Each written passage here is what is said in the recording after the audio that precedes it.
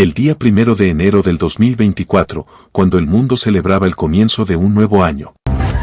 And in western Japan, scenes of devastation are emerging after a 7.6 magnitude quake shook the country, killing dozens of people. El terremoto no fue el único. A esto le siguieron numerosos terremotos, pequeños y grandes.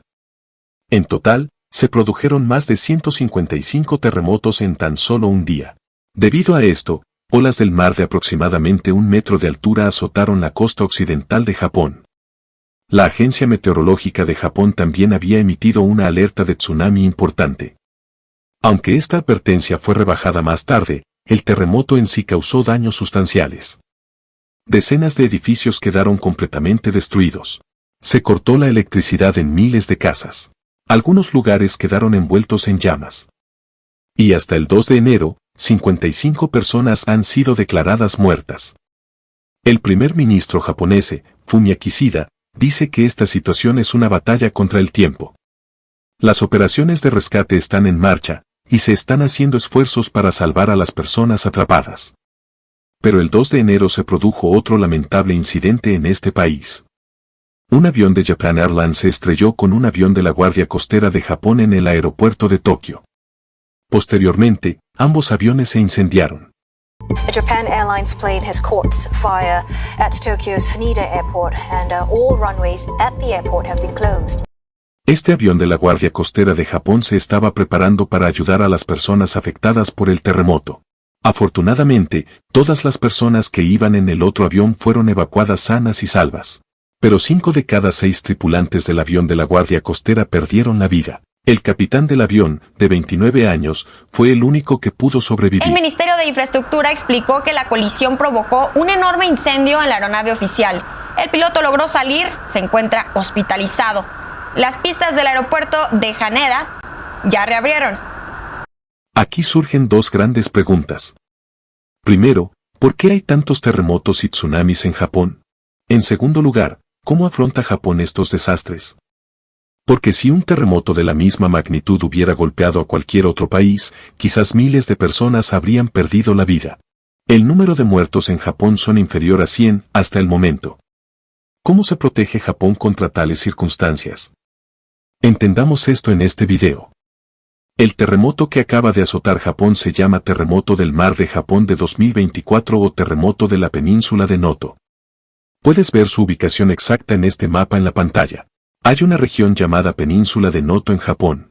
Es un terreno rodeado de agua por 3 lados. El epicentro de este terremoto se ubicó aquí. El Mar de Japón, en el oeste del país, está a 500 kilómetros de Tokio, la capital de Japón. Pero, aún así, este terremoto se sintió en Tokio. Ahora, nuestra primera pregunta es, ¿por qué se producen tantos terremotos en Japón? La respuesta a esto está oculta en el mapa. Mire este mapa. Este es el mapa de las 16 principales placas tectónicas de la Tierra. Las placas tectónicas son la capa más externa de la Tierra, formada por la corteza terrestre y la parte superior del manto. El calor que genere en el núcleo de la Tierra libera corrientes de convección que hacen que las placas tectónicas se muevan lentamente. Estas son las 16 placas tectónicas principales que se mueven lentamente año tras año. Cuando chocan entre sí, se producen terremotos. Así, los países y las zonas que se encuentran en los límites de las placas tectónicas son propensos a sufrir terremotos. Y lo que pasa con Japón es que está situado en un lugar donde se unen 4 placas tectónicas. La placa del Pacífico, la placa de Filipinas, la placa de Eurasia y la placa de América del Norte. Esta es la razón principal por la que se observan tantos terremotos en Japón.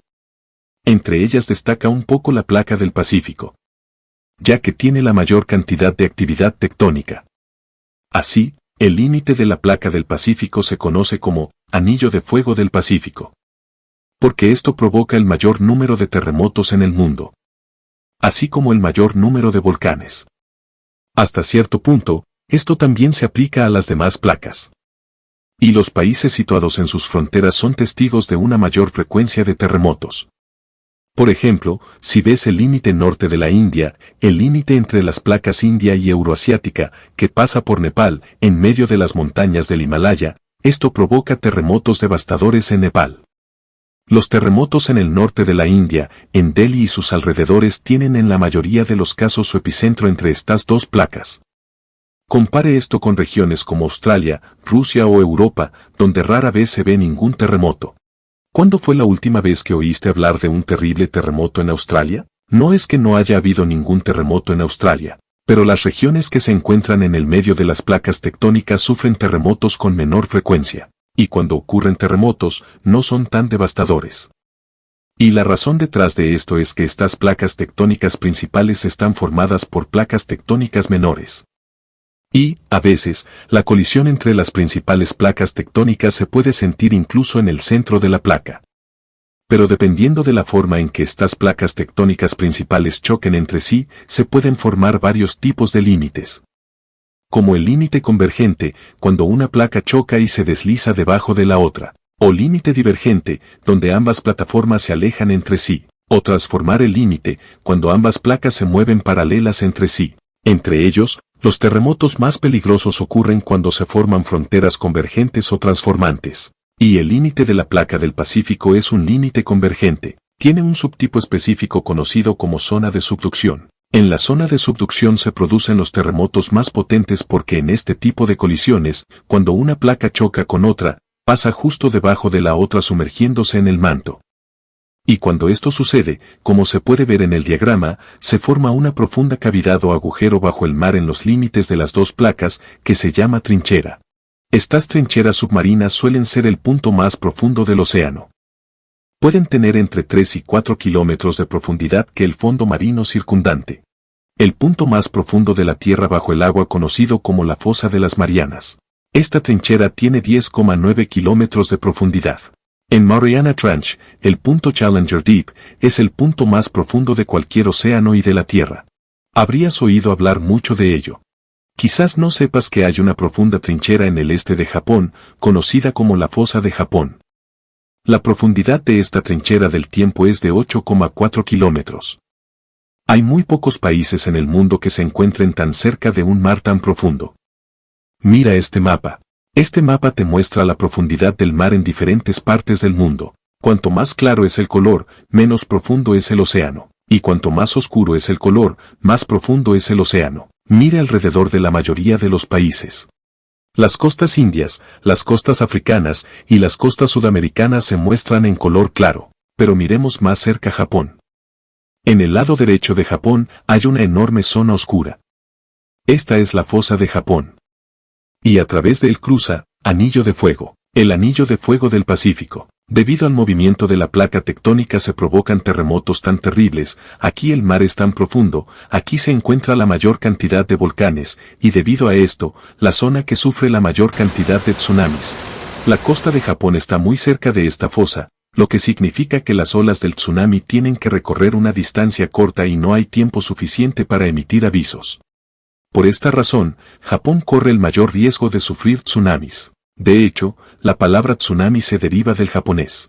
TSU, Nami está formado por TSU y Nami. TSU significa puerto y Nami significa ola, es decir, puerto ola.